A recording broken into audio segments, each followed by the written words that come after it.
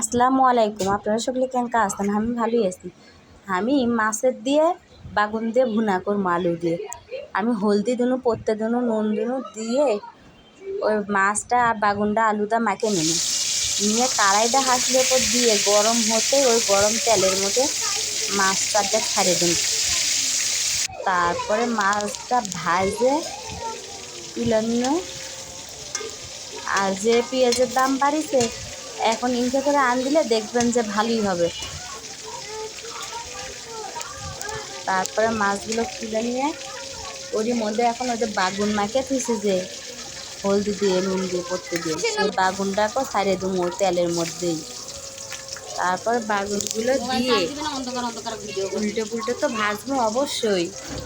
তারপরে হলে কি ওরই ধারতি আবার হলে কি আলুগুলো কুটে থুসনো সেই আলুগুলোও দিয়ে দিচ্ছি ভাজার জন্য, যেন এক ঝামেলাই শেষ হয়ে যায়।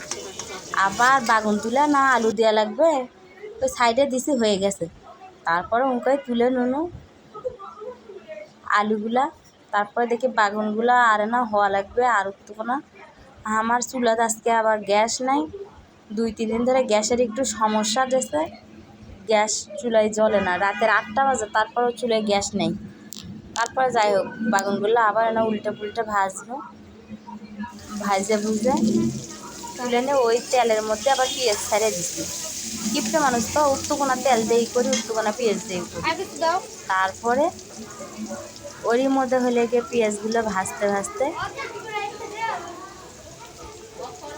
দেখি যে টাইম নিচ্ছে পেঁয়াজ ভাজা, গ্যাস কম। তারপর দেখি পেঁয়াজ ভাজা হালকা হয়ে গেছে, পরে আবার পানি দিল, বেশি হয়ে গেলে আবার তরকারি কালো হয়ে যাবে। তারপরে হলে গিয়ে পানি দিয়ে ওরই মধ্যে এখন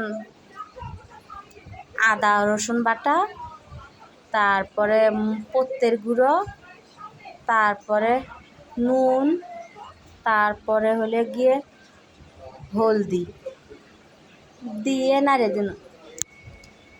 নাড়ে দিয়ে মশলাটা কষাচ্ছি, কষে নিয়ে অন্তরে তারপরে ওরই মধ্যে হলে গিয়ে কষানোর পরে ওরই মধ্যে হলে গিয়ে পানি দিল। পানি দিয়ে একটু কোনো ঢেকে থুছি, গ্যাস নাই তো এই জন্য যেন বলক উঠে। তারপর বলক ওঠার পরে ওর মধ্যে বাগুনগুলো ছাড়িয়ে দিল। তারপরে বাগুন দেওয়ার পরে হলে গিয়ে একটা একটা করে এখন সবই দিমু, বাগুনও দিন, মাছও দিন, আলুও দিন। তারপরে বেমাকি ঢালে দিয়ে তারপরে হলে গিয়ে আর অল্পই না অপেক্ষা করনো হওয়ার জন্যে। তারপরে হইলে পরে এই করে নামানো, আর না অপেক্ষা করা লাগবে হওয়ার জন্য। কেবলই মাছ ধরে তো না জাল হওয়া লাগবে।